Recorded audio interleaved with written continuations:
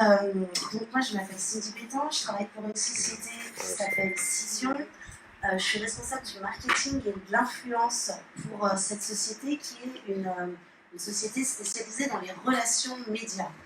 Cision, c'est des boîtes comme l'Argus de la presse, Data Presse, donc vraiment spécialisées dans les relations médias. Et notre message, c'est de dire, à l'heure où tout le monde parle beaucoup d'influence, que les RP purs, les journalistes et donc les attachés de presse, par l'effet domino, sont vraiment des composantes très importantes de ce marketing d'influence et qu'on a tendance souvent à sous-estimer à l'heure où on parle beaucoup de réseaux sociaux, Instagram, etc.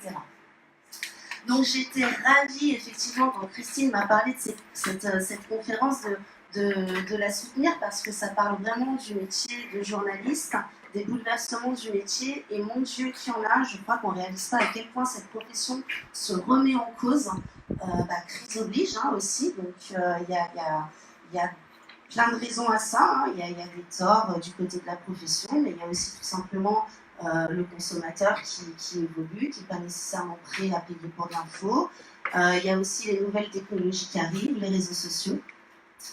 Et donc, je passe un peu mon temps avec Cision, qui est un éclaireur de marque. Donc, c'est pour ça que vous avez eu des petites lampes. Je précise qu'elles fonctionnent, mais il y a une petite pastille de sécurité à enlever. Parce que je voyais qu'appuyer dessus, qui se disait, mais qu'est-ce que c'est que cet éclaireur de marque qui n'éclaire pas? Si, je vous assure, elle fonctionne. Donc, je passe mon temps justement à faire des débats avec les journalistes pour mieux comprendre ce dont ils ont besoin, pour que nous, communicants, on comprenne mieux comment travailler avec eux et comment les aider. Et je suis d'autant plus ravie parce qu'effectivement, je suis là avec Marc Miquel, le rédacteur en chef de Culture RP, parce qu'on gère un blog qui s'appelle donc Culture RP et qui donne la parole aux journalistes chaque jour, chaque semaine. On interviewe des journalistes, quels qu'ils soient, télé, presse, radio, pour comprendre leur avis, pour comprendre quelles sont leurs problématiques, c'est quoi leur quotidien, qu'est-ce qui a changé, et qui donne justement des conseils aux communicants pour pouvoir travailler avec eux. Donc voilà pourquoi je suis là, et encore un grand merci à Christine d'avoir mis la presse, les RP, les médias au cœur d'une conférence, parce que c'est trop rare aujourd'hui. Alors, mais je ne suis pas là pour ça. En fait, ce qu'on m'a demandé de faire, donc Cision publie chaque année une étude annuelle sur l'état des médias dans le monde. Donc l'idée, c'est de savoir un petit peu comment vont les médias, comment vont les journalistes, quelles sont leurs préoccupations, quelles sont leurs attentes, quelles sont toutes ces problématiques. Et ce que je vais faire en 5 minutes, alors l'étude est disponible, de toute façon, vous la trouverez sur le site Cision. On a interviewé 2000 journalistes dans le monde, et je vais juste vous donner quelques chiffres qui ont trait au débat d'aujourd'hui, notamment sur les nouvelles technologies, pour voir un petit peu comment tout ça a impacté le métier. Alors, déjà, quand on leur a demandé quel était l'impact des nouvelles technologies sur leur métier et quelles étaient les nouvelles technologies qui impactaient le plus leur quotidien, les réponses ont été celles-ci. La première chose qui impacte leur métier au quotidien sont les algorithmes des réseaux sociaux. Vous n'êtes pas sans savoir que les réseaux sociaux et les médias sont aujourd'hui des meilleurs ennemis, on va dire, c'est-à-dire qu'ils ont besoin l'un de l'autre et en même temps, ils ont de plus en plus de mal à travailler ensemble, notamment quand les algorithmes du jour au lendemain changent. Donc ça, c'est leur première préoccupation. Et la seconde, et c'est ce qui nous intéresse un petit peu plus aujourd'hui, à 29%, c'est l'intelligence artificielle, à peu près 30%. Donc un journaliste sur 3 se demande, dit aujourd'hui, pas demain, juge qu'aujourd'hui, ce qui impacte plus leur métier, c'est l'intelligence artificielle. Bien ensuite, les nouvelles technologies pour la production de vidéos, les nouveaux smartphones, les drones, tout ce qui a pu changer la façon de faire des contenus. Et puis, la reconnaissance vocale. Alors, ça a encore du mal à venir dans les rédactions. Tout le monde y pense, mais personne ne se lance, parce qu'on sait que demain, la voix aura un impact pour nous communicants, aura un impact pour les médias. Comment être le mieux référencé sur Google quand on va dire Google, quel est le dernier tweet du président Trump, je sais pas, je dis n'importe quoi. Voilà, comment remonter, comment être le premier à remonter quand on est un média. Donc voilà ce qui intéresse aujourd'hui, mais vraiment aujourd'hui, j'insiste là-dessus, pas dans 10 ans. Là, aujourd'hui, voilà ce qui impacte le quotidien du journaliste. Alors, un journaliste sur 3 qui répond à l'intelligence artificielle. Pourquoi l'intelligence artificielle et le journalisme? Alors, il y a 3 raisons. La première, c'est évidemment pour automatiser la rédaction d'articles. Il y a des gens qui vont parler à cette conférence qui en parleront bien mieux que moi. En tout cas, c'est quelque chose qui se passe déjà.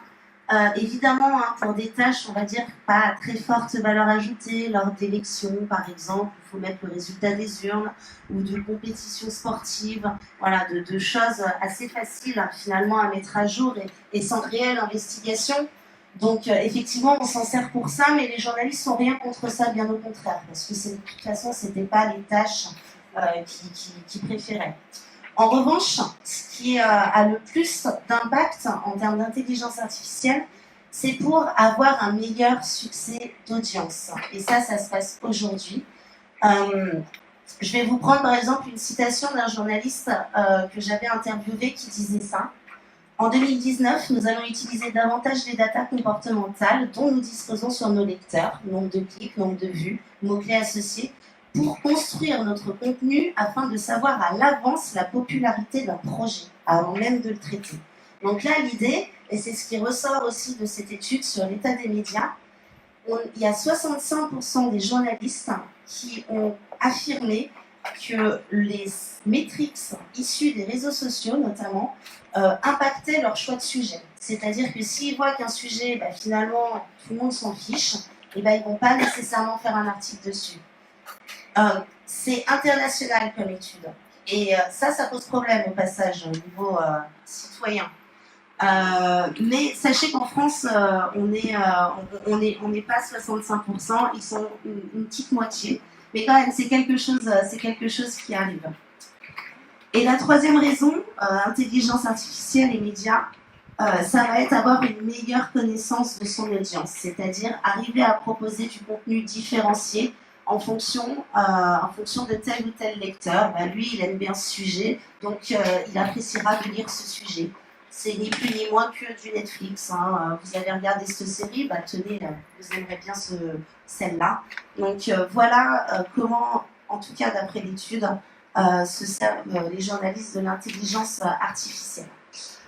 Donc c'est quelque chose qui fait très peur, mais pour finir, je voulais tout simplement quand même remettre les choses en parallèle, parce qu'on va parler beaucoup d'intelligence artificielle aujourd'hui, mais mon petit doigt dit que plus on parle d'intelligence artificielle et plus on parle d'humain. Et la chose qui vient en premier, c'est vraiment ce besoin de confiance des journalistes, et notamment en France.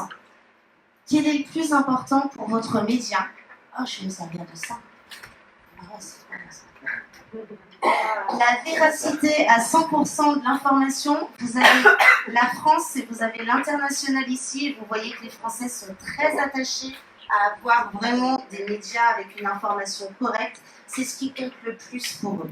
Donc, intelligence artificielle ou pas intelligence artificielle, dans tous les cas, ce qui compte pour le média, c'est justement ce lutte contre les fake news.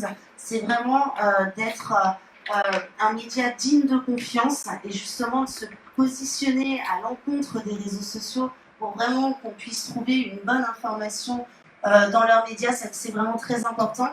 Et du coup, je m'adresse aux communicants. Ce qu'ils demandent aujourd'hui aux attachés de presse, notamment par effet miroir, c'est vraiment ça. C'est vraiment de leur fournir une information de qualité, une information vérifiée. C'est d'être de vrais partenaires des journalistes, parce que ce qui les intéresse, c'est cette véracité de l'information. Et vous verrez que l'exclusivité, le scoop, finalement, c'est pas ce qui prime. Évidemment, si on peut avoir les deux, tant mieux. Et puis, évidemment, une vraie attention aux revenus générés, au trafic généré, notamment à l'international. Et voilà, donc ce que je voulais vous dire, c'est qu'on va parler beaucoup d'intelligence artificielle aujourd'hui, mais n'oublions pas les fondamentaux. C'est justement une vraie opportunité pour nous, communicants, de devenir de vrais partenaires, parce que la confiance, l'humain, il n'y a que nous, de toute façon, qui pourront en faire preuve et qui pourront en donner. Voilà pour moi. Merci Cindy. Merci Cindy, merci beaucoup.